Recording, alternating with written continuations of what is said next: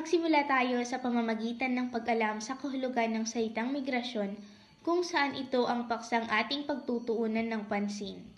Ang migrasyon ay tumutukoy sa proseso ng pag-alis o paglipat mula sa isang lugar o teritoryong politikal patungo sa iba pa, maging ito man ay pansamantala o permanente.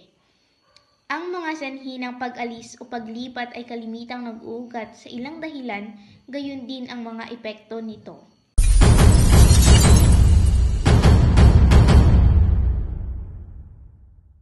Sa isang maliit na bayan na pinananahanan ni Marero at ng kanyang ama, nagsimula ang isang mahirap na karanasan na nagtulak kay Marero na mag-migrate patungo sa lungsod.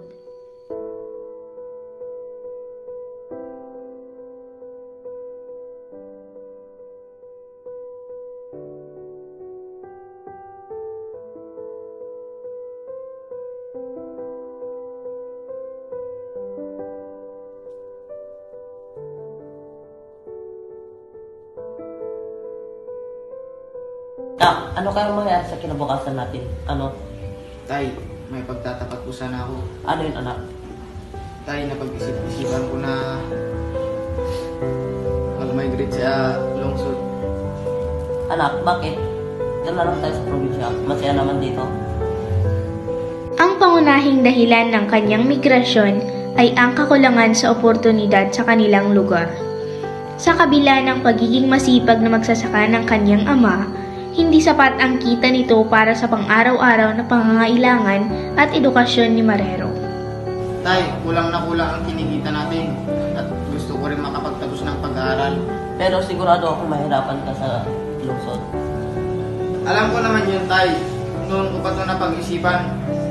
Ikaw talagang bata ka, hindi ka man lang sa akin nagsasabi. Pero Tay, mas maraming oportunidad sa syudad kaysa dito. Ngunit paano kung... Tay, yan na naman tayo eh. Paano natin malalaman kung hindi natin susubukan?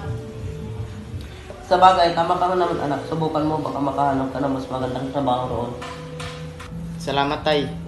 Hindi kita bibigyan sa naging desisyon natin ito. Nag-usap ang mag-ama habang hinahanda ang mga gamit na dadalhin ni Marero sa kanyang paglalakbay tungo sa mas malaking mundo ng Maynila. Sa pag-asa ng mas magandang kinabukasan, nagdesisyon si Marero na hanapin ang mas maraming pagkakataon sa malaking syudad.